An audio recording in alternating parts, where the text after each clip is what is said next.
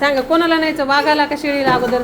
हां अगोदर शेळीला. बर, शेळीला नेलं इकडं. आता काय करायचं? वाघाला.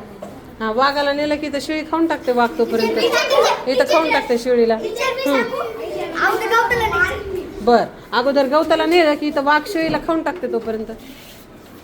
आता सांगा पटकन काय करायचं. लढवा डोका.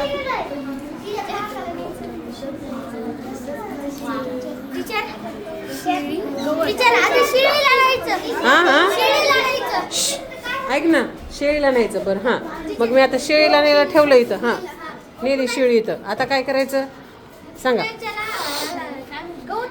हां मग मी आता हे गवत आणलं आणि इथं ठेवलं. शेळी खाली. आणि तू वापस चाललास तोपर्यंत ही शेळी खायली ना गवताला. हां शिवम सांग.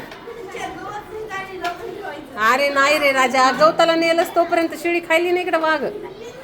वाघाने खाल्ली ना शेळी. बरोबर आहे.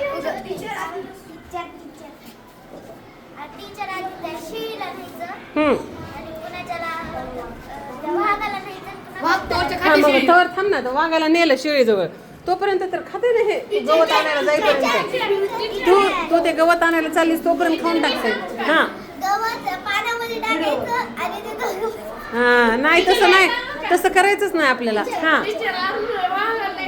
आता तोवर इथं शेळी खाल्ली की गवत. हां हां हां हां नेलं. हां हां हां व्हेरी गुड. राईट, बरोबर आलं बघा. ह्याच्यासाठी टाळ्या वाजवा रे. छान. कसं कसं केलं त्यांनी, कसं केलं बघा.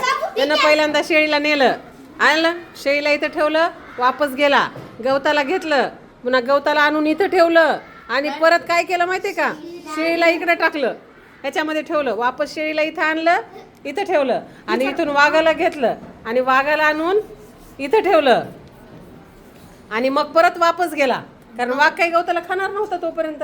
मग हा वापस गेला आणि परत शेळीला घेऊन इथं आला.